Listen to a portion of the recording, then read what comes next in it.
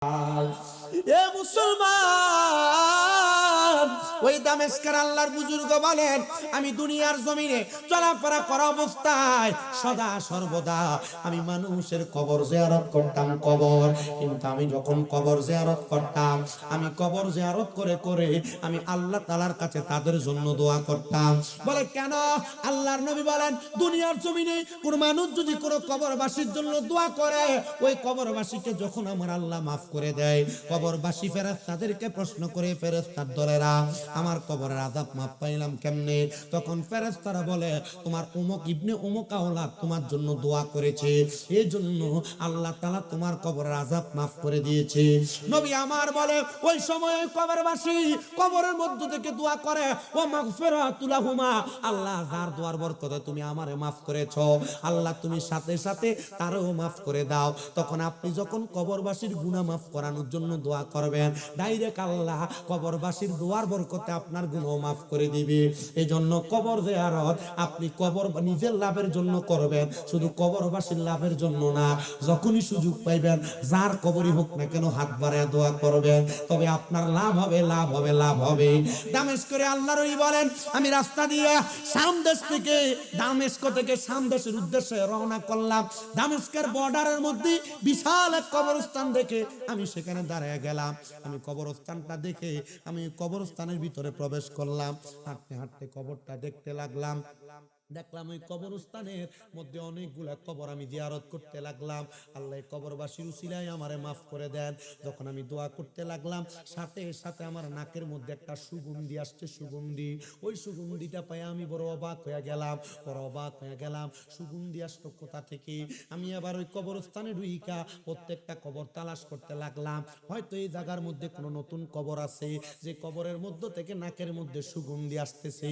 কোনো নতুন কবর দেখলাম না, কোন নতুন কবর দেখলাম না।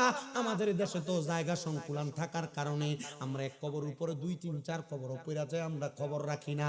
কিন্তু এই এলাকা মরুভূমি হওয়ার কারণে মানুষ একটা গুরুস্থানে যখন মাটি দেওয়া শেষ হয়, আরেকটা নতুন গুরুস্থান বানায়, কবর বানাইতো।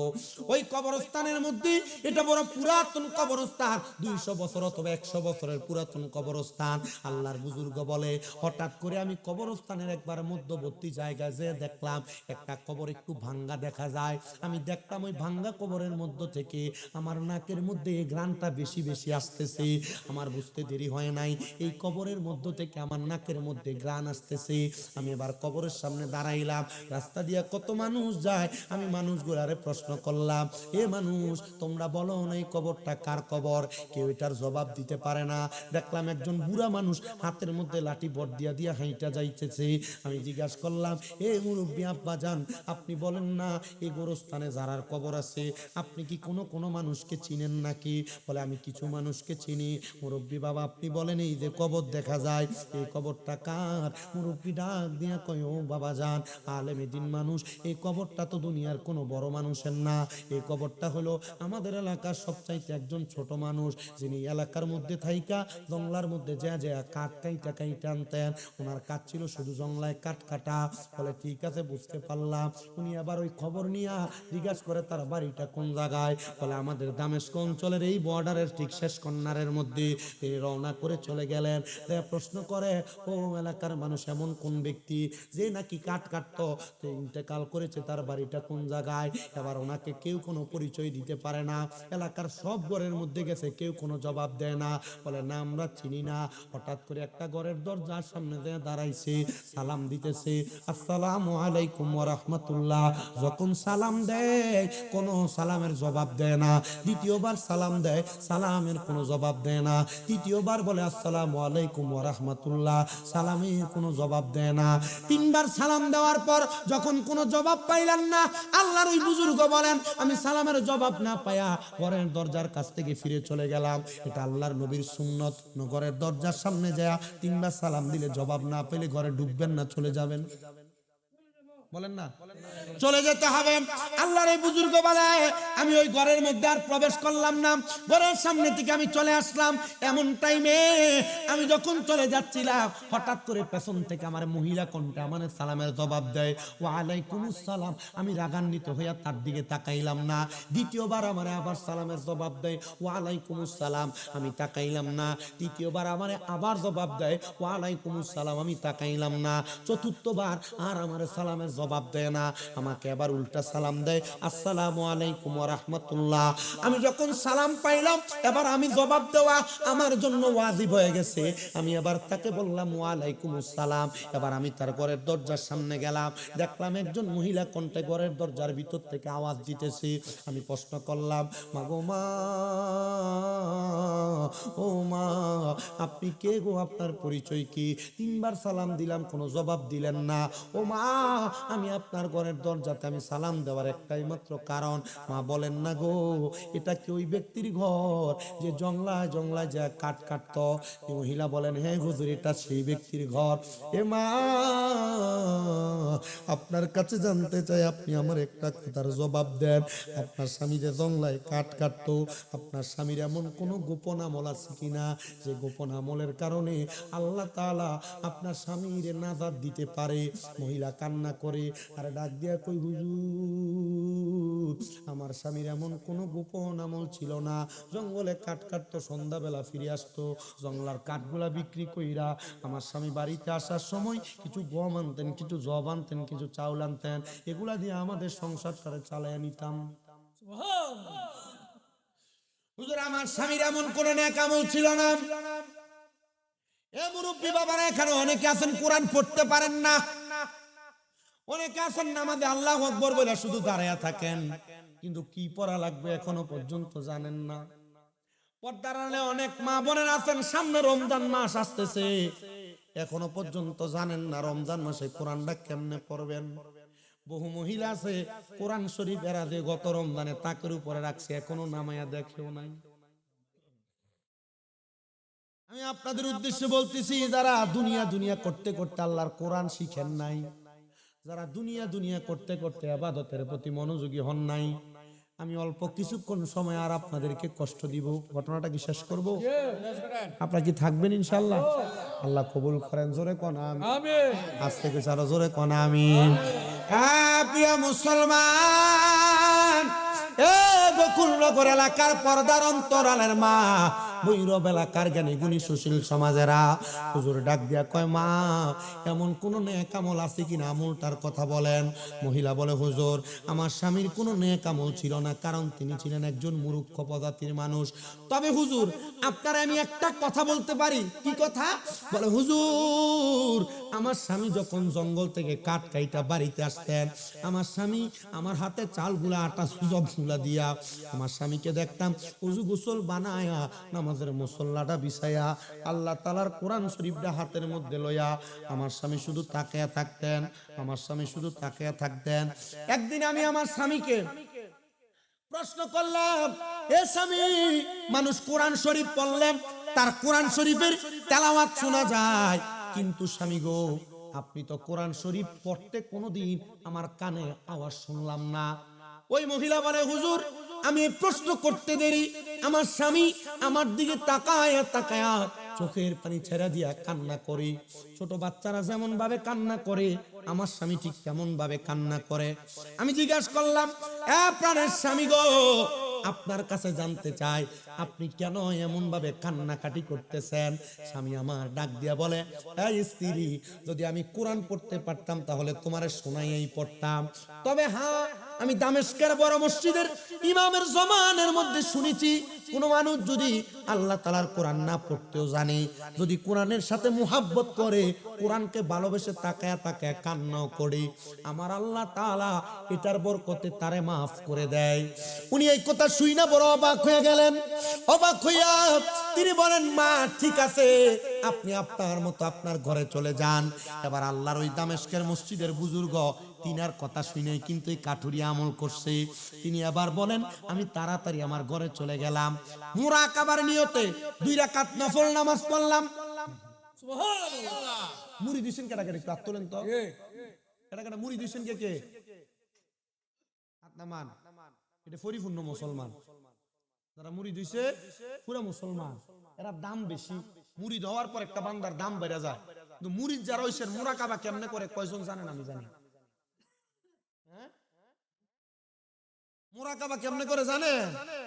এটা খালি মুড়ি দিয়ে হিসাব ধরে গরু লইয়া ছাগল লইয়া যা আর বিরিয়ানি খেয়ে দরবারতে চলে আর হিসাব দিয়ে মাশাআল্লাহ দিলে গরুটা ফাইলে মুড়ি দিয়ে ডই বালা, ছাগলটা ফাইলে মুড়ি দিয়ে ডই বালা। মুরিদরে যে কিছু একটা শিখিয়ে দিয়া তার তরিকতের তবকা তরিকতের মাকাম বাড়ানো লাগবে, হিসাবের চিন্তা নাই। শুধু গরুটার মুষ্টা ফাইলে একটু খুশি, কথা কয় না কা? আর মুরিদের কাম হইলো কি দরবারে যাওন বিরিয়ানি আর খিচুড়ি খাইয়া এর মতো বাইছিল, কথা কয় না কা? এটা ফির মুরিদের কাম না মিয়া। বর্তমানে ফির মুরিদ হইলো উরুস মুবারক নাম দিছে, বেরিয়ে দিয়ে গান করলে এটা ফির মুরিদ। হ্যাঁ কথা কয় না? পিছন দিয়ে নাম দিছে উরুস মুবারক, বেরিয়ে দিয়ে গান করে যারা, এদের সাথে সুন্নিদের কোনো সম্পর্ক নেই, এরা ভণ্ড, কথা কয় না? আপনারা যে ঠিক ঠিক করেন এটা আমি বুঝি, কারণ আক্কাতার মুসল্লি আপনারা ওই থাকেন। খোদার কসম জিন্দিক হয়ে মারা যাবেন, জিন্দেক মুরতাদ হয়ে মারা যাবেন, মুরতাদ। গান বাজনাতে যারা যান মুরতাদ হয়ে মারা যাবেন। এই যে বাংলাদেশে মাজার গুলো ভাঙছে দেখছেন না, আমি খুব খুশি হইছি। হুজুর কি কর মাজার ভাঙছে, সারা দুনিয়া আন্দোলন, আপনি খুশি? হ্যাঁ আমি মাজার বিরোধী হুজুর না, আমি মাজার পন্থী হুজুর। আমি খুশি হয়েছি কেন? আমি হিসাব মিলিয়ে দেখছি যতটা মাজার ভাঙছে একটা মাজারের লোক কোনো মাদ্রাসা নেই। হিসাবটা মুরিদান টেহাডি লইছে, খাইছে, ফ্যাক্টরি অত বড় বানাইছে।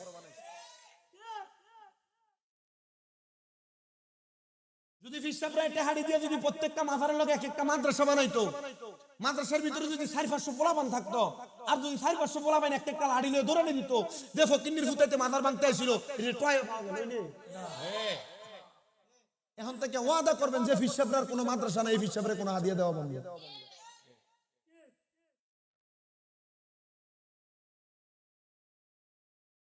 আমরা মাদ্রাসার খুব অভাব, ঠিক কি না? কুমিল্লা যায়েন, আমার 6টা মাদ্রাসা একটু দেখতে আইয়েন, দাওয়াত দিয়ে গেলাম। হিসাব তো বহুত আছে।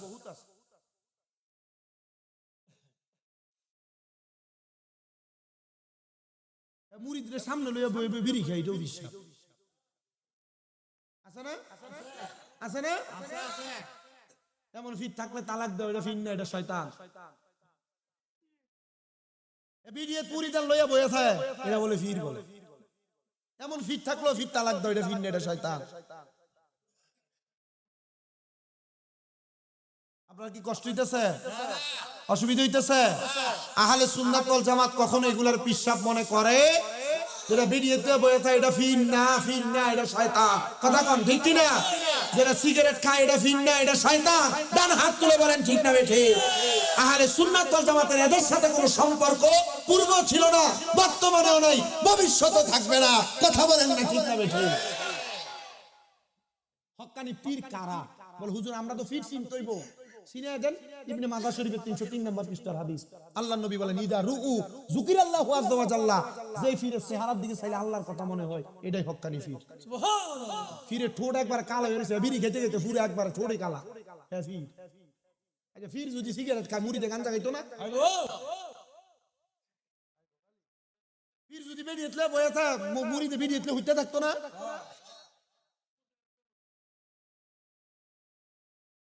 আপনার কষ্ট হইতেছে? এমন ফির বাংলাদেশে আসেনি, আসেনি। এটা কি ফির না শয়তান? আর ইটার কারণে হক্কানি ফিরের আর বদনাম হয়, আর ই তোই ফিরের বাজার নষ্ট করছে।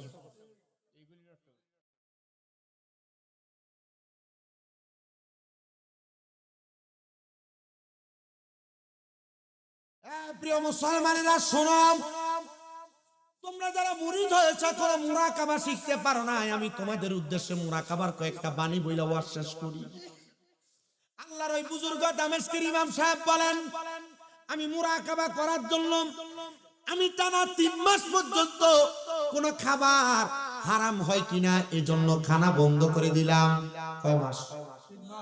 মুরাকাবা তো সহজ জিনিস, ওরে চাইলে কেহ পীরের বস্তু নাহি নিতে পারে, আবার উপযুক্ত হইলে রে দয়াল টান দিয়া নাই কাছে রে তারে, টান দিয়া নাই কাছে। আবার জোর করিয়া দিবে তোরা, জোর করিয়া, জোর করিয়া দিবে তোরা বাবার যত প্রেম জ্বালা। কেউ বুঝিতে পারে না রে পীর মুর্শিদের খেলা, আরে বলি আল্লাহর খেলা। ওরে 36 বছরে কারোর কেনাগি ফুটে না, আবার 6 মাসেরও কাহালের দয়াল পাইতে 16 আনার দয়াল, পাইতে 16 আনা। দয়াল জোর করিয়া দিবে তোরা বাবার যত প্রেম জ্বালা। কেউ বুঝিতে পারে না রে পীর মুর্শিদের খেলা, আরে কামেল নবীর খেলা। জবানটা খুলে জোরে জোরে কোন আল্লাহু আকবার।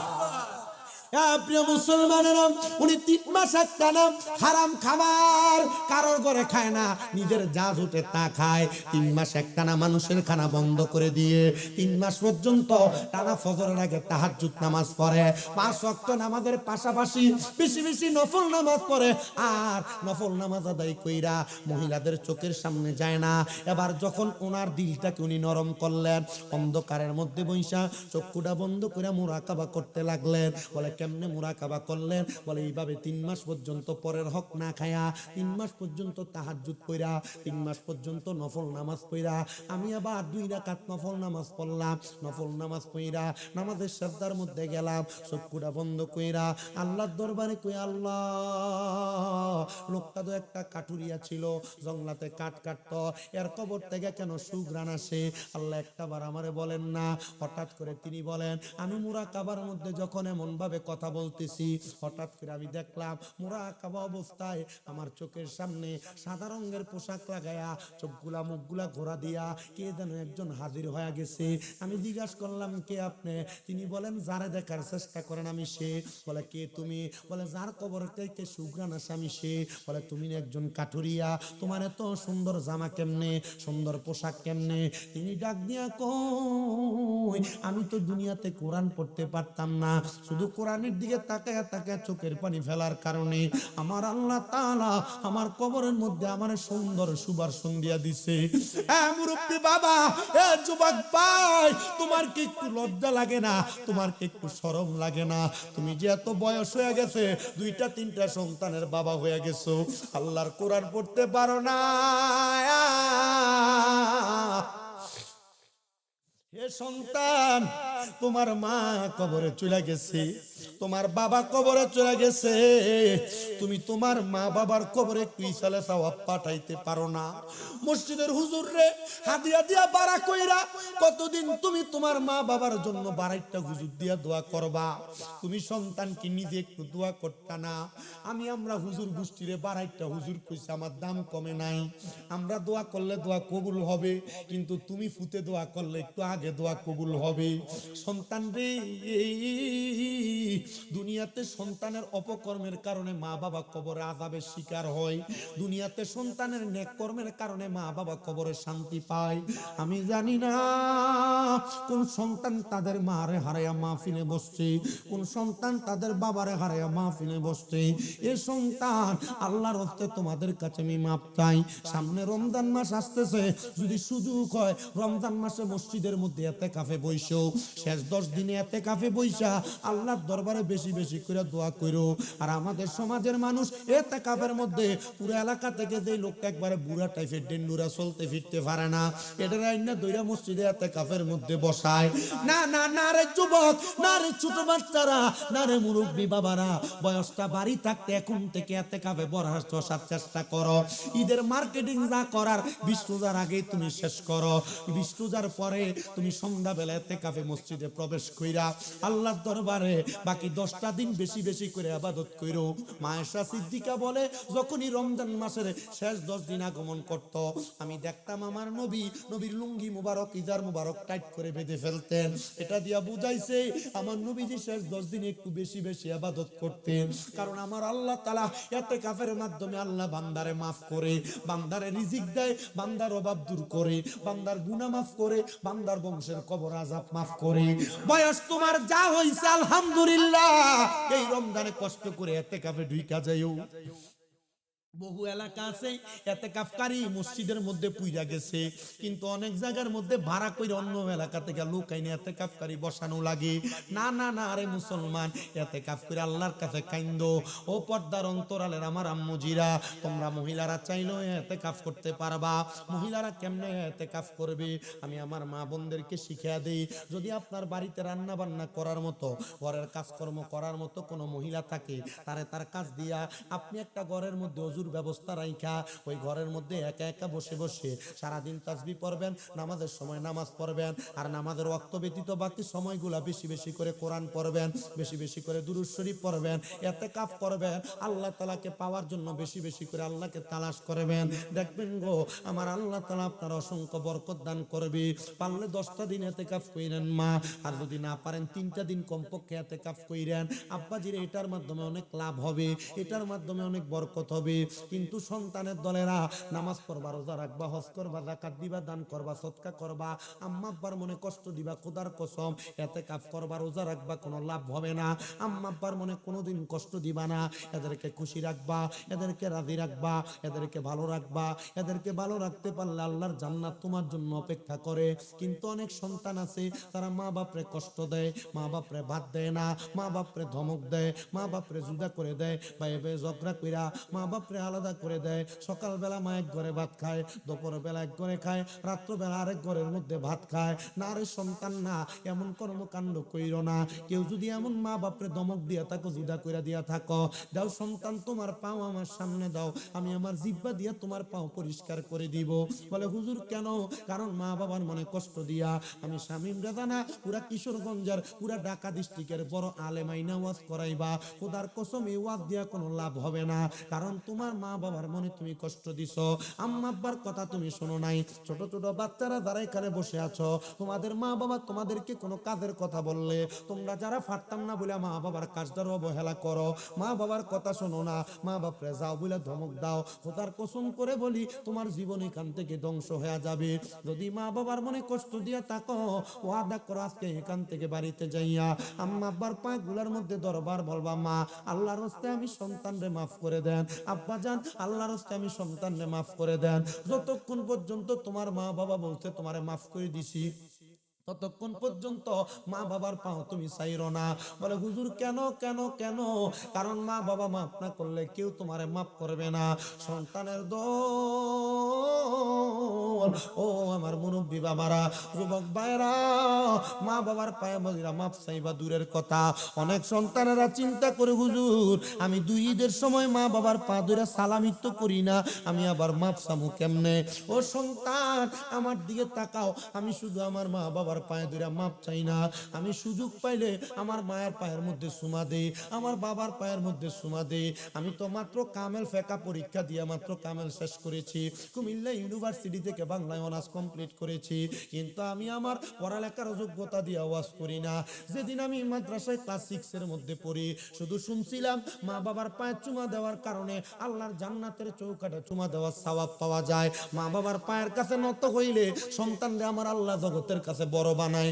আমার মা বাবা ঘুমন্ত অবস্থায় আমি আমার মা বাবার পায়ের মধ্যে চুমা দিছি, আমার আল্লাহ আজকে 10 বছর পর্যন্ত আমার ওয়াজ করায়, আমার সম্মান আল্লাহ বাড়াইছে, ইজ্জত আমার আল্লাহ বাড়াইছে। শুধু এইটা না রে মুসলমান, আমার আম্মা জান আজকে 9 মাসের উপর অসুস্থ। আমি নিজে আমার আম্মা জানরে 9 মাসের ভিতরে 8.5 লক্ষ টাকার উপর আমার আম্মা জানের পেছনে আমি খরচ করেছি। ডাক্তারের কাছে যাইয়া বারবার আসা যাওয়া করেছি। অপারেশনের সময় আমি নিজে আমার বিছানার মধ্যে 2 মাস 11 দিন আমি আমার পিঠটা লাগায় ঘুমাই নাই। মা খাটে ঘুমাইছে, আমি নিচে ঘুমাইছি। আমি এই 2 মাস 11 দিন পর্যন্ত আমার বিছানায় একটা সেকেন্ডের জন্য আমি আমার পিঠটা লাগাই নাই।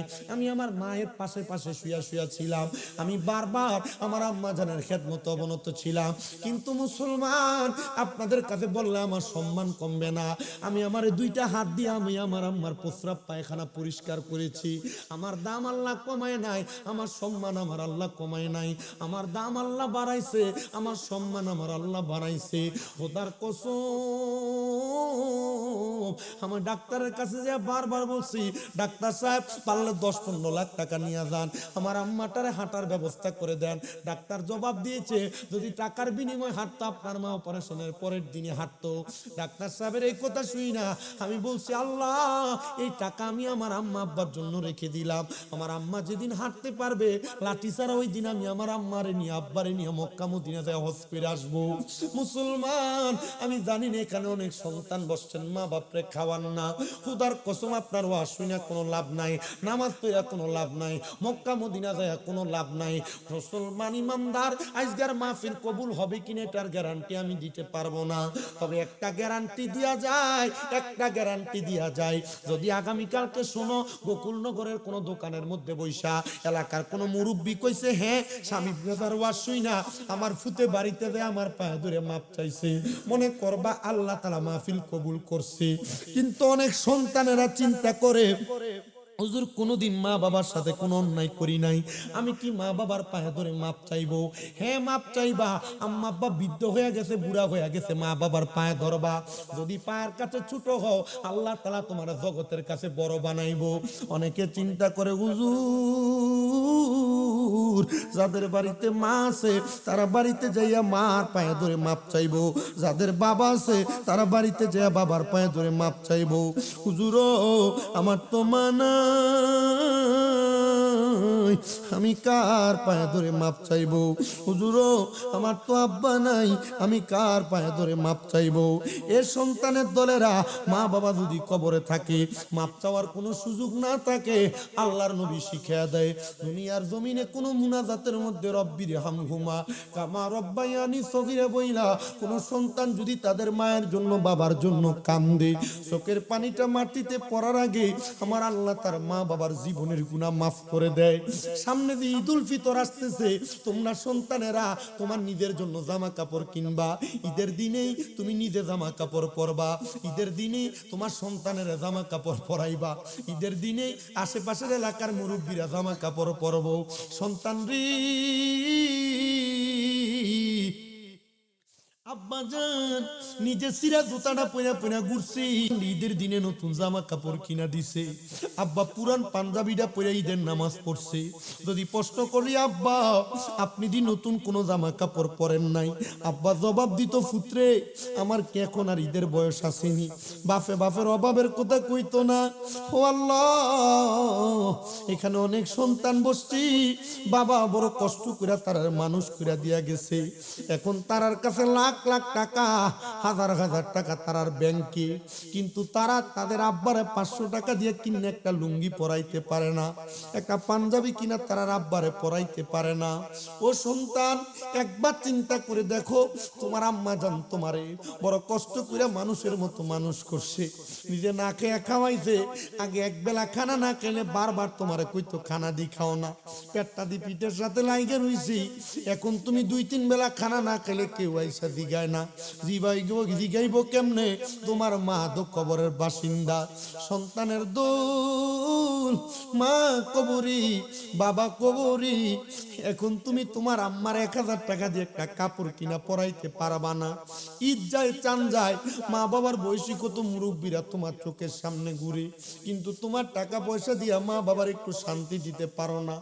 একজন সন্তান কি বলবা, হুজুর আমার মা কবরে, হুজুর আমার আব্বা কবরি, আম্মা আব্বা যদি বাইসা থাকতো, আম্মা আব্বারে যদি প্রতি মাসে 1000 দয়াল নবী তুমি গুণময় নেই মারহাবা আল্লাহ আল্লাহ আল্লাহ আল্লাহ হিসাব জোরে আল্লাহ আল্লাহ দয়াল নবী তুমি গুণময় নেই মারহাবা পাপি লোক তো রাইতে নবী গো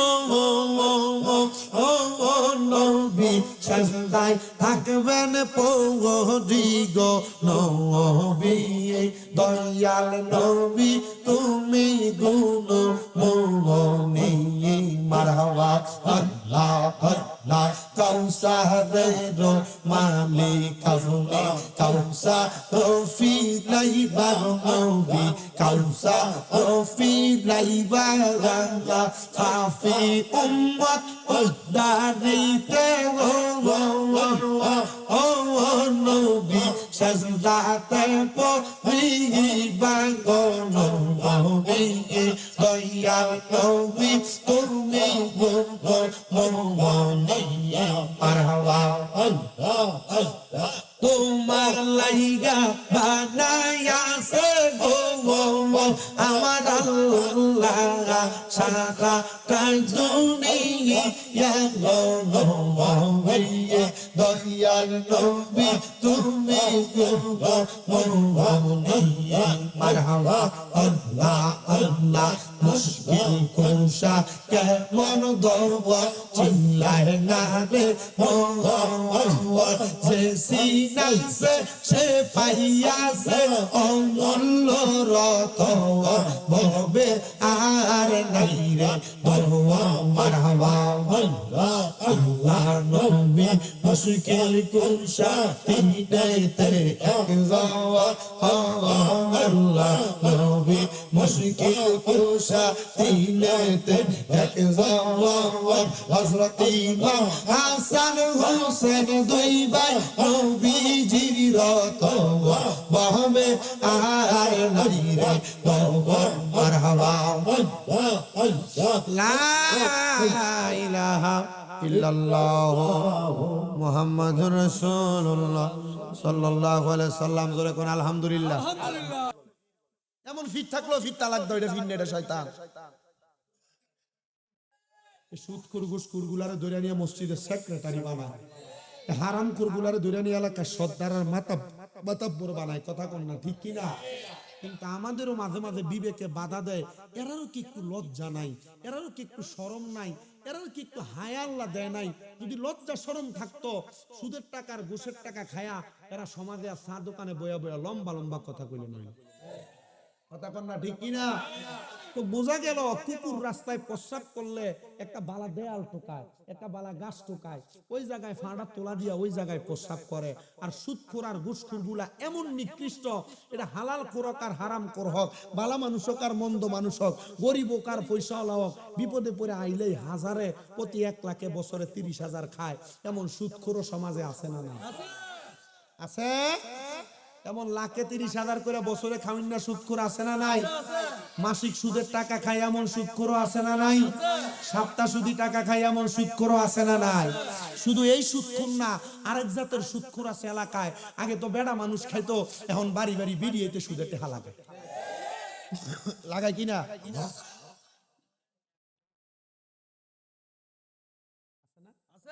শুধু বিড়িয়ে সুদখোর নাই, দেখবেন এবিটির কাছে টেহা লেগে গেলে চাচি 10,000 টাকা আসেনি দেন না, ডাইরেক্ট কব ইয়া আমার কাছে নাই, ইয়া ওই আমার বইনে দিছিল এই টেহাটা চাইলে দিবার লাগে, এই বইনের নাম দিয়ে সুদের উপরে টেহা লাগায়, এমন বেরিয়ে তো সমাজে। আরেক জাতের সুদখোর আছে আপনার এলাকায়, দেখবেন এলাকাতে মানুষ তার সুদখোর বলবে, এই কথা চিন্তা করে আসে এলাকাতে সুদে টাকা লাগায় না, জায়গা জমি বেচা সরকারি চাকরির পেনশনের টাকাটা পায়া 10 লাখ টাকা এককালীন ব্যাংকে রাখা দেয়, এটার নাম দিছে ডিজিটাল নাম এফডিআর। 10 লাখ 10 বছরের লেখা রাখলে এটা 10 বছর পরে 10 লাখে 20,000 হিসেবে ফেরত দিব ব্যাংকওয়ালারা। এবার চা দোকানে বয়া বয়া চা খায়, কোনো কাজকর্ম করে না। যদি জিগায় চলেন কেমনে, কয় আল্লাহ চালায়, এমন আল্লাহ চালায় নাম দিয়া ব্যাংকের থেকে এফডিআর এর নামে সুদের টাকা তুল্লা খায়। আপনারা বলেন এমন সুদখোর সমাজে আছে নাকি নাই? হ্যাঁ প্রিয়, অনেকে দূরে দূরে আছে, কোন চিন্তা করে যদি ঠিক যাই গিয়া সুদের টাকাটা তো আনন্দ লাগবো, গেলে তো পরে আমার ধরবো, এলাকা জোরে ঠিক কয় না। আপনারা বলেন এমন সুদখোর আছে না নাই? প্রিয় মুসলমান, আরেক জাতের সুদখোর আছে, সুদ আপনার বউ আপনারা ফার্ম দিয়া খাওয়াই, বলে হুজুর তারা কারা? দেখবেন আপনার বউ আপনার রাত্রবেলা কত সুন্দর কানে কানে কয় যে তুমি যা কামাই করো সব যে খরচ করে ফেলো, তো আমরা জি ভূতের তো একটা ভবিষ্যৎ আছে, আয়ো আমরা ব্যাংকের ভিতরে একটা ডিপিএস করি, ডিপিএস এর টাকা 3 বছর 3.5 বছর জমা রাখে, আর 3-4 বছর পর এটারে ডাবল করে ফেরত দেয়। আপনারা বলেন এমন নামের ডিপিএস এর উপর সুদের টাকা খাওয়ান না পাবলিক সমাজে সমাজে আছে না নাই?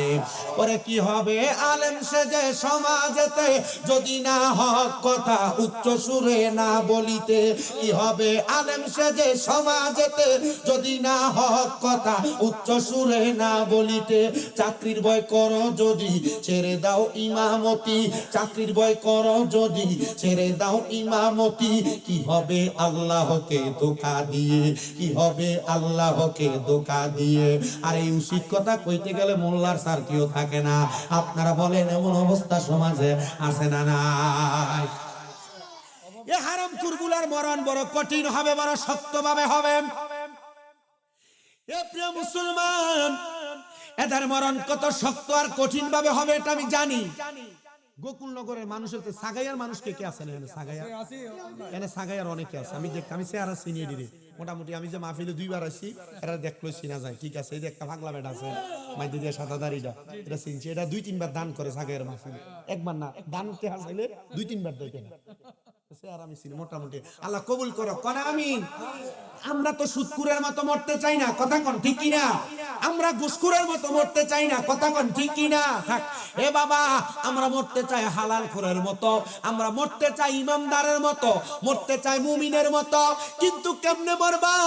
এ মুরব্বি বাবা, কোরআন পড়তে পারো না, নামাজ ঠিক মতো পড়ো না, ভালো করে আল্লাহ তাআলার ইবাদতে মনোযোগ দাও না, রাস্তা দিয়ে চলাফেরা করার সময় বিড়ি খাওয়া সিগারেট খাওয়া তোমার বন্ধ হয় না, কেমনে ইমানদারের মতো মরবা? তুমি তোমার মা বাপরে ভাত দাও না, কেমনে ইমানদারের মতো মরবা? তোমার দুনিয়ার জমিনে বখিলামি আর বখিলামি দিয়া জীবন চলতেছে। আল্লাহর নবী জানায়া দেয়, এই উম্মতের দল শুনো, শুনো রে, দুনিয়ার জমিনের মধ্য থেকে যদি ইমানদারের মতো মরতে চাও, তাহলে এমন ভাবে তোমার জীবনটাকে সাজাও যে জীবনটা সাজানোর মাধ্যমে আল্লাহ তাআলা তোমারে মুমিন বান্দা হিসেবে আল্লাহর দরকার আল্লাহর দরবারে কবুল করবে। ইয়া রাসূলুল্লাহ, তারা কারা? তাদের পরিচয়টা কি? নবী আমার আল্লাহর কোরআন থেকে বলে, ইন্নাল্লাযীনা আমানু ওয়া আমিলুস সলিহাতি উলাইকা হুম খায়রুল বারিয়া। আল্লাহ জানায়া দেয়, নিশ্চয়ই নিশ্চয়ই যারা মুমিন, ঈমান আনয়ন করেছে আর নেক নেক আমল করেছে, ভালো ভালো কর্ম করেছে, আল্লাহ তাআলা এদেরকে বলে উলাইকা হুম খায়রুল বারিয়া। এরা হইল দুনিয়ার সবচাইতে উৎকৃষ্ট মানুষ, এরাই হইল দুনিয়ার সবচাইতে ভালো মানুষ। ও গো মায়ার নবী, ও দয়ার নবী, আপনার কাছে জানতে চাই ভালো মানুষের মরণ কেমন করে হবে? নবী আমার বলেন, উম্মত শোনো, যখন আজরাইল আলাইহিস সালাতু ওয়াস সালাম তাদের রূহ নেওয়ার জন্য আসবে, তার আগে আমার আল্লাহ তাআলার লামকানের মধ্যে আল্লাহ তাআলা একটা গাছ লাগাইছেন, যে গাছের নাম সাদরাতুল ইয়াকিন। তিরমিজি শরীফের হাদিস বলে, শুধু সাদরাতুল ইয়াকিন না, কোন বর্ণনাকারী বলে গাছটার নাম তওবা। ওই তওবা গাছের মধ্যে এতগুলা পাতা আছে, দুনিয়ার জমিনের মধ্যে যতগুলা বান্দা আছে, ওই গাছের পাতার মধ্যে আমার আল্লাহ তাআলা দুনিয়ার প্রত্যেকটা বান্দার নাম লিখে রাখছেন, তার বাবার নাম লিখে রাখছেন, তার ঠিকানা লিখে রাখছেন। ওই গাছের পাতাটা যখন ঝরে পড়ে যাবে, আল্লাহ তাআলার ফেরেশতা আজরাইল আলাইহিস সালাতু ওয়াস সালাম তখন ওই বান্দার জন্য বান্দার এলাকাতে চলে যায়। কিন্তু জানো, ওই বান্দাটার কাছে যখন চলে আসে, ওই বান্দাটার কাছে আজরাইল আসার আগে যদি বান্দা মুমিন আর মুত্তাকি হয়, আমার আল্লাহ তাআলা দুইজন রহমতের ফেরেশতা বান্দার সামনে চলে আসে। তওবা নামক গাছটি আছে, পাতায় পাতায় লেখা আছে মানুষের হায়াত। ওরে সেই পাতাটা ঝরে গেলে মৃত্যুর নিশান আসবে চলে, শেষ হইবে সকলের হায়াত। পাপী উম্মত কে করিবে পার? পাপী উম্মত কে করিবে পার? কঠিন হাসরের দিনে আখিরি নবীজি বিনে পাপী উম্মত কে করিবে পার? নবী বলবে, আবু বকর তুমি লও দুজকের খবর, উম্মত নিদু জকে যায় আমার। কাউসার, কোথায় বাবা উসমান গনি তুমি লও কাউসারের পানি, কোথায় বাবা উসমান গনি তুমি লও কাউসারের পানি, উম্মতের করাও না আহার, পাপী উম্মত কি করিবে পার, হার পাপী উম্মত কি করিবে পার। ফুলসে রাতের কঠিন পুলে হযরত ওমর যাও না চলে, ফুলসে রাতের কঠিন পুলে হযরত ওমর যাও না চলে, আলী যাও মিজানে রোপাল্লায়, পাপী উম্মত কি করিবে পার। বলেন হার পাপী উম্মত কি করিবে পার। এ প্রিয় মুসলমান, এ গোকুলনগর মধ্যপাড়া প্রবাসী ও যুবকদের উদ্যোগে কবরবাসীর স্মরণে পঞ্চমতম জান্নাতের বাগান যারা সাজাইলা, শুনো একদিন তুমিও মরবা আমিও মরবো। যারা সোশ্যাল মিডিয়ার মাধ্যমে শুনতেছো তোমরাও মরবা।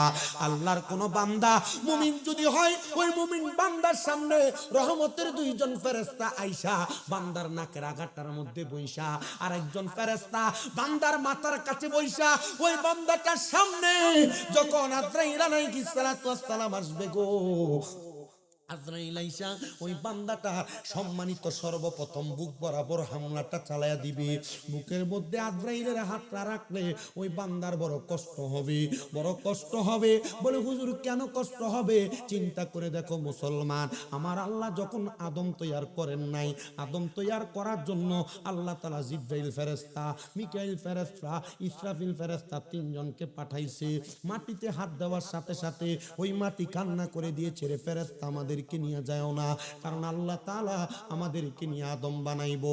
কিন্তু আমার আল্লাহর ফেরেশতা আজরাইল আলাইহিস সালাতু ওয়াস সালামকে যখন পাঠাইছে, আজরাইল তখন হাত না দেওয়ার সাথে সাথে আজরাইলকে যখন মাটি কান্না করে বলেছে, তখন আজরাইল বলেছে তুমিও আল্লাহর সৃষ্টি আমিও আল্লাহর সৃষ্টি, আল্লাহর হুকুম মানা তোমার যেমন কাজ আমার তেমন কাজ। আল্লাহ বলেছে তোমাকে নেওয়ার জন্য, যেহেতু তোমাকে নেওয়ার কথা আল্লাহর হুকুম, তুমি আমার সাথে যাইবা। আজরাইলের একটা থাবা দিয়া 40 মণ মাটি আজরাইল নিয়ে গেছেন আল্লাহ তাআলা মুকানে। এ প্রিয় মুসলমান ইমানদার শোনো, অন্তরের কানটা লাগায়া, যে হাতের মধ্যে 40 মণ মাটি আটে, ওই হাতটা যদি তোমার বুকের উপর রাখা হয় কত কষ্ট হবে। যে হাতের মধ্যে 40 মণ মাটি আটে, ওই হাতটা যদি তোমার মুখের উপর রাখা হয় কেমন কষ্ট তোমার হবে। একটাবার চিন্তা করে দেখো, তোমার মুখটা থেতলে যাওয়ার কথা, তোমার বুকটা চ্যাপটা হয়ে যাওয়ার কথা, ঈমান নিয়ে মরার মতো অবস্থা তোমার থাকবে না। কিন্তু যদি তুমি মুমিন হও, যদি তুমি নামাজি হও, যদি তুমি মুত্তাকি হও, যদি তুমি ফরেজগার হও, যদি তুমি আবেদ হও, যদি তুমি রোজাদার হও, আজরাইল শুধু তোমার বুকের কাছে হাতটা নিবে। হাতটা নেওয়ার সাথে সাথে মাথার কাছের ফেরেশতা আর নাকের কাছের ফেরেশতা আজরাইলকে ডাক দিয়ে বলবে, ইয়া আজরাইল সাবধানে, বান্দার বুকের মধ্যে তুমি হাত দিয়া রূহ নিতে পারবা না রে, পারবা না। বলে কেন পারবো না? বলে বান্দার বুকের মধ্যে আল্লাহ নবীর প্রেম আছে। অনেকে কথা কয় না, জোরে কই বুকের মধ্যে কার প্রেম আছে? ভালোবাসার জায়গা মদিনা, ভালো লাগার এত আসতে মোহাব্বতে, ভালোবাস জায়গা মদিনা, ভালো লাগার না, বলো ভালোবাসা জায়গা মদিনা, ভালো লাগার জায়গা মদিনা। হাইরে এত সুন্দর জায়গা কোথাও দেখি না, এত সুন্দর জায়গা কোথাও দেখি না, সাজিয়েছেন দয়াল রাব্বানা, ভালোবাসার জায়গা মদিনা, বলো ভালোবাসার জায়গা মদিনা, ভালো লাগার। হায়রে মদিনা শরীফে নূরের খাজিনা, মদিনা শরীফে নূরের খাজিনা, সাজিয়েছেন দয়া রাব্বানা, ভালোবাসার জায়গা মদিনা, বলো ভালোবাসার জায়গা মদিনা, ভালো লাগার জায়গা মদিনা, বলো ভালোবাসার জায়গা মদিনা। ভালো লাগার আজরাইল যখন বান্দার বুকটাতে হাত দিবে রে, বুকের ভিতর থেকে দুইটা ফেরেশতা জবাব দিবে রে আজরাইল, বান্দার বুক দিয়া রূহ কবজ করতে পারবা না। বলে কেন পারবো না? বলে বান্দার বুকের মধ্যে আল্লাহ নবীর প্রেম আছে, আল্লাহ নবীর ভালোবাসা আছে, এজন্য বান্দার বুক দিয়া রূহটা কবজ করতে পারবা না। আজরাইল ফিরে যাবে আল্লাহর হুকুম পাইয়া, আজরাইল আবার আসবে বান্দার রূহটা কবজ করার জন্য। এবার বান্দার সবচাইতে আকর্ষণীয় জায়গা বিওয়াজিকা নূর বান্দার চেহারা বরাবর হামলা করবে। বান্দার কপালের মধ্যে তাইকা দুইটা ফেরেশতা জবাব দিবে রে আজরাইল, বান্দার রূহ তুমি কপাল দিয়া কবজ করতে পারবা না। বলে কেন পারবো না? বলে বান্দার কপাল দিয়া বান্দা 5 ওয়াক্ত নামাজ আদায় করেছে, বান্দা সেজদা দিয়েছে, বান্দার সেজদার নূরগুলা তার কপালে আছে। বান্দা রমজান মাসে তাহাজ্জুদ নামাজ আদায় করেছে, 20 রাকাত তারাবির নামাজ আদায় করেছে। রমজান মাসে এই বান্দা কপাল ঠেকায়া ঠেকায়া আমার আল্লাহ তাআলার কাছে বান্দা জীবনের গুনাহ ক্ষমা প্রার্থনা করেছে। বান্দা কঠিন শীতের মধ্যে ঠান্ডা পানিকে ভয় করে নাই, ওযু বানাইছে। এই বান্দার কপালের মধ্যে সেজদার নূরগুলা থাকার কারণে এই বান্দার কপাল দিয়া তুমি রূহ বাহির করতে পারবা না। এই আমার মুসলমান গোকুলনগরের মানুষ চিন্তা করে দেখো, একটা মানুষ যদি নামাজি হয়, তোমরা যারা মসজিদের পাঞ্জাখানা নামাজি তোমাদের জন্য বড় সুখবর। তোমরা যারা পর্দার অন্তরালের মা 5 ওয়াক্ত নামাজের পাশাপাশি তাহাজ্জুদ পড়ো, তোমরা যারা আওয়াবিন পড়ো, তোমরা যারা সূর্য উঠার পরে দোহারের নামাজ পড়ো, চাষের নামাজ, ইশরাকের নামাজ পড়ো, সালাতুত তাসবিহ নামাজ পড়ো, তোমাদের জন্য বড় সুখবর। আল্লাহ তাআলার বান্দাটা যদি বেশি বেশি সেজদাকারী হয়, ওই বান্দার কপাল দিয়া বান্দার রূহটার কবজ করবে না। আইরে প্রিয় মুসলমান রে, এ নবীর উম্মত, এবার ওই বান্দা রূহটা কবজ করার জন্য আজরাইল যখন কপাল দিয়া চেষ্টা করবে, নিতে পারবে না। এবার বান্দার ডান বাহু বরাবর হামলা করা হবে, ডান দিক থেকে জবাব দিবে রে আজরাইল, বান্দার ডান দিক দিয়ে রূহ কবজ করতে পারবে না। বলে কেন? বলে বান্দার ডান হাত দিয়া বান্দা দান সদকা করেছে, বান্দার বাম হাতে হামলা করা হবে, বান্দার বাম দিক দিয়া ডাক দিয়া বলবে রে আজরাইল, বান্দার বাম দিক দিয়ে রূহ কবজ করতে পারবা না। বলে কেন কেন কেন পারবো না? বলে বান্দার বাম হাতের মধ্যে তার মা বাবার খেদমতের একটা পাওয়ার আছে, এই জন্য বান্দার রূহ তুমি কবজ করতে পারবা না। 4বার আসবে, কিন্তু আজরাইল ব্যর্থ হয়ে যাবে। আল্লাহ তাআলার কাছে ফরিয়াদ করবে, ও আল্লাহ, তোমার বান্দার রূহ তো এখন কবজ করা যায় না। আল্লাহর দরবার থেকে আওয়াজ আসবে, রে আজরাইল, বান্দার রূহ কবজ করবা। বান্দা মুমিন হওয়ার কারণে রূহ কবজ করা যায় না। মুমিন বান্দা কালেমা পড়তে পড়তে মারা যাবে, মুমিন বান্দা অ্যাক্সিডেন্টের মাধ্যমে, মুমিন বান্দা বিষ খায়া, মুমিন বান্দা আত্মহত্যা কইরা, মুমিন বান্দা খারাপ ভাবে মারা যায় না। আর যদি এমন কোন অ্যাক্সিডেন্টে মারা যায়, শহীদের মরণ পাবে। তবে যারা মুমিন বান্দা মারা যাওয়ার সময় কালেমা পড়তে পড়তে মরবে। কালেমা পড়তে পড়তে মরণ চাই কিনা? আওয়াজ আসতে হইতেছে, বলেন না চাই কিনা? ভাইজান তাবারুক আছে না? কি দিয়া বানাইছে? গরু না মুরগি? খিচুড়ি বানাইছে। এরা তো বুনা খিচুড়ি বানাইছে, তো আপনাদের আওয়াজ তো বুনা খিচুড়ি খাওয়ার মানুষের আওয়াজ হইছে। আপনাদের মাহফিলে মানুষ পুরো প্যান্ডেল ফুরে আরো বেশি হইতো। আমি দেখছি, আমি পরে আইসে জিজ্ঞেস করছিলাম, কিন্তু এশারের পর থেকে আঞ্চলিক ওলামায়ে কেরাম ওয়াজ করছে। এশারের পরে বাহিরের একটা হুজুর তুলা দিলে এরপরে কিন্তু সুন্দর মানুষ এসব বসে। কারণ এরা চিন্তা করে, এলাকার মানুষ আর বাইরের মানুষ চিন্তা করবো যে দেশের হুজুরের অবস্থা আমরা সবসময় শুনি, তখন আর মানুষ বইতে চায় না। এখন যায় যায় নিরালে ঘুমাইছে, তখন ইয়ানা বিকে হারমু দেখবেন গর্ব রানি দিয়ে ফেলে খিচুড়িটা খাইবার লাগে। যদি এ কথা হই না থাকে এরপর আর আইতো না। আয়ুক আর না আয়ুক, যে তো ভবিষ্যতের জন্য পরামর্শ হিসেবে যদি আমি ছোট মানুষের কথা গ্রহণ করে, এমন আমরা দূরের বক্তা যারা আমরা এশার পরে তুলে দিবেন, এলাকার মসজিদের ইমাম সাহেবরা দিয়ে আখেরি মুনাজাত দেবেন, তুই সুন্দর, ঠিক না? তাহলে মোটামুটি আমরা দূরের মানুষ থাকলে, বাজারে যতলা মানুষ থাকতে তাই দেখতে হইতো হুজুর আইছে। এখন আপনারা যারা আছেন গোকুলনগরের মানুষ, আপনারা কোনটা আমরা কি মুমিন হইয়া কালেমা পড়তে পড়তে মরতে চাই কিনা? এখন আমরা তো সবাই মরতাম চাই, কিন্তু ফজরের নামাজ ডাকাইলে পড়তাম না। মরতাম সবাই তো চাই, হারাম খানা ছাড়তাম না। মরতাম সবাই তো চাই, নিজের মা বোনকে ফর্দাশীল বানাইতাম না। নিজের বেডি বেফর্দা ঘুরে 5 ওয়াক্ত নামাজ পড়ে, নামাজ দিয়ে কোনো কাম নাই।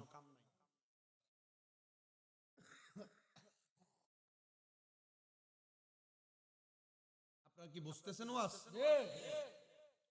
এখন মুমিন মরবো কেমনে? মরার তো একটা পরিস্থিতি তৈরি হবে, ঠিক না? কেমনে মরবে? ওই যে 2জন ফেরেশতা পাঠাইছে আল্লাহ। ওই 2জন ফেরেশতার মধ্যে একজন ফেরেশতার হাতের মধ্যে জান্নাতি একটা তুফা আপেল থাকবে, আপেল। মুমিন যারা, তারা দুনিয়াতে জান্নাতের নিয়ামত ভোগ করবে, দুনিয়াতে। এ প্রিয় মুসলমান, যখন ওই বান্দাটার রূহ কবজ করার জন্য বান্দারে কোনো কষ্ট দেওয়া হবে না, বান্দাটার সামনে জান্নাতি তুফাটা ধরা হবে। ওই তুফার মধ্যে কালেমা লেখা থাকবে, কালেমা। ওই বান্দাটার কাছে আরেকজন ফেরেশতা আছে, যেটা নাকের আগার মধ্যে বসছি। ওই ফেরেশতাটা বান্দার নাকের কাছে মেশকো আম্বরের গ্রান ছেড়ে দিবে।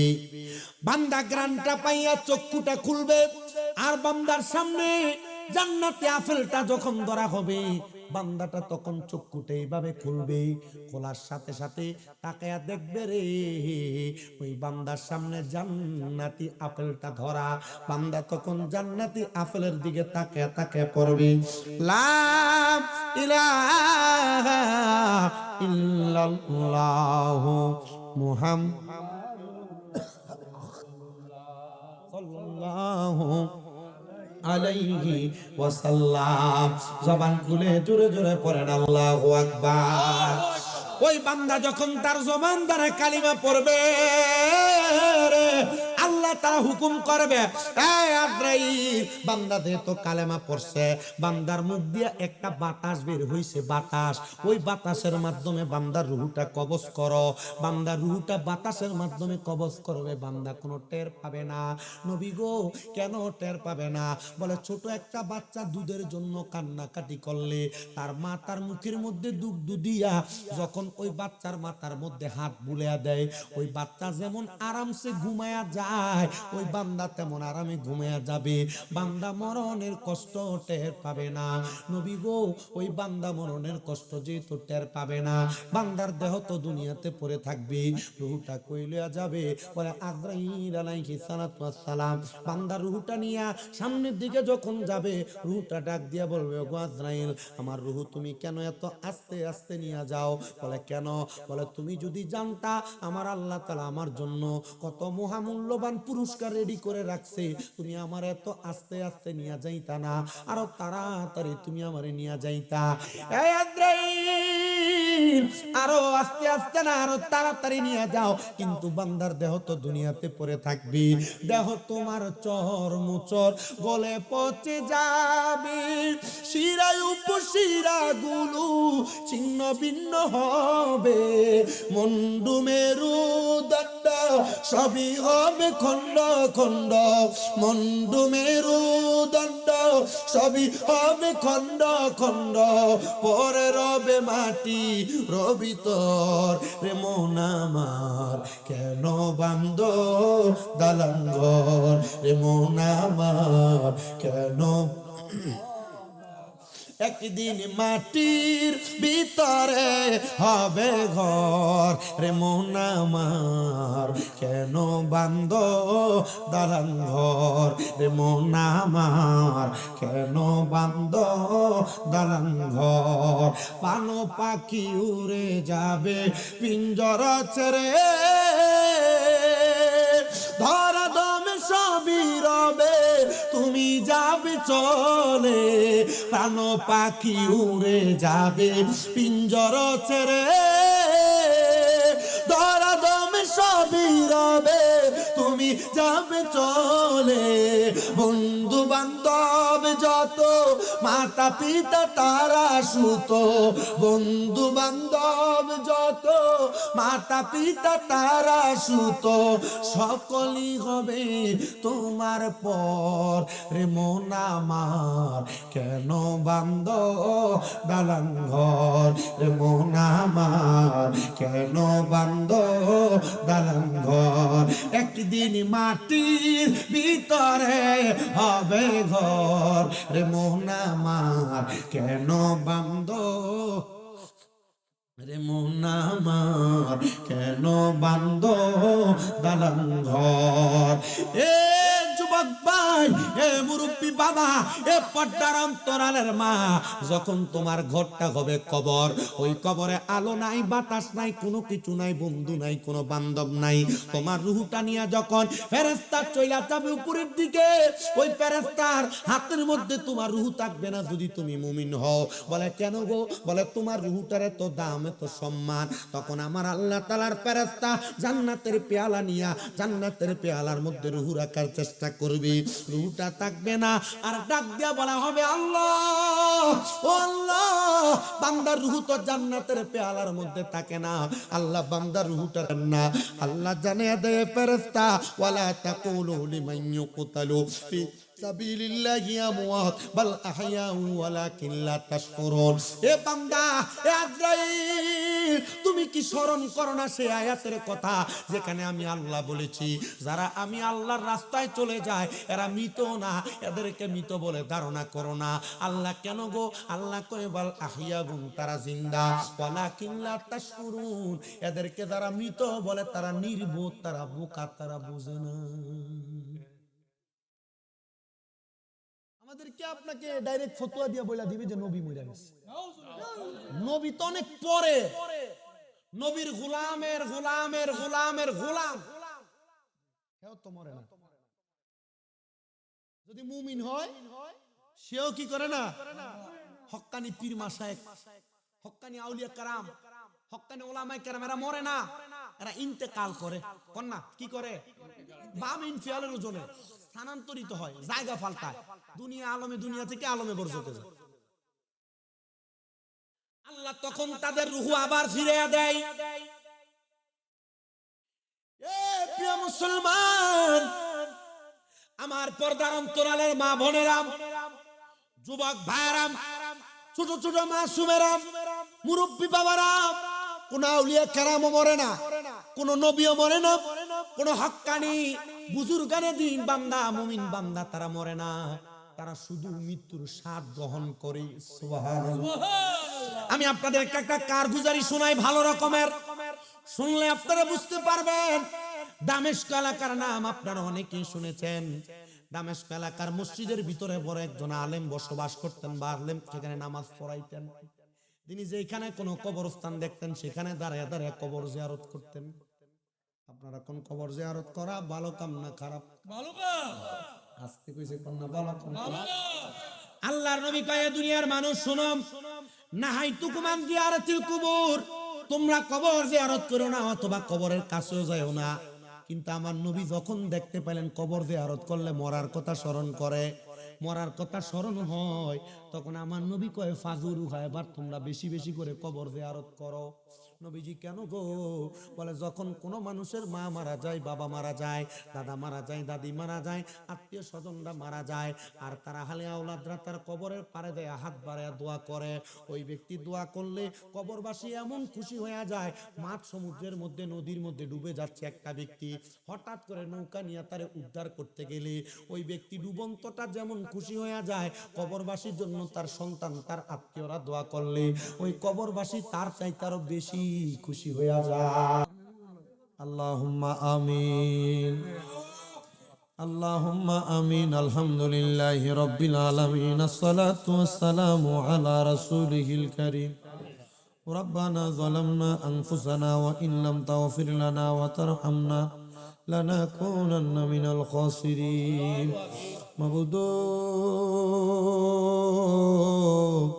ও দয়াল আল্লাহ, একটু রহমতের নজর কইরা তাকিয়া দেখেন আল্লাহ, এই কিশোরগঞ্জ জেলার অন্তর্গত ভৈরব থানাধীন গোকুলনগর মধ্যপাড়া জামে মসজিদ প্রাঙ্গনে গোকুলনগর মধ্যপাড়া প্রবাসী যুবকদের উদ্যোগী কবরবাসীদের স্মরণে ৫তম ওয়াজ ও দোয়ার মাহফিল সাজাইয়া এই এলাকার ওলামায়ে কেরাম, দাড়ি পাকা মুরব্বী বাবা, যুবক নওজোয়ান ভাইদেরকে লইয়া ছোট ছোট মাসুম বাচ্চারা, বিশেষ করে পর্দার অন্তরালের আমার মা বোনেরা জীবনের গুনাহগুলা মাপ পাওয়ার আশায় তোমার দরবারে হাত বাড়াইছে আল্লাহ।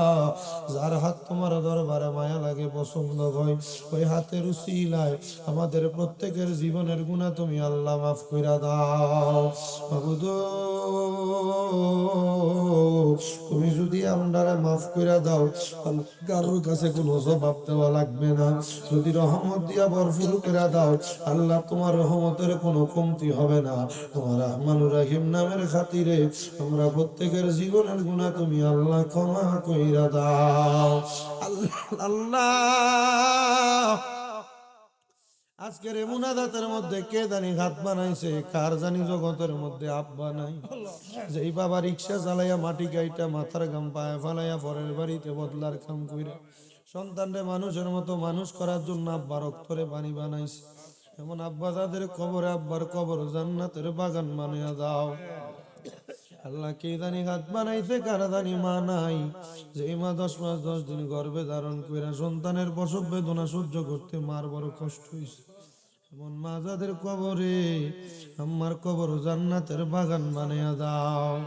অনেক সন্তান হাত বাড়াইছে, মাও নাই বাবাও নাই, একবার এতিম গো আল্লাহ, মরিয়া গিয়াছেন আল্লাহ।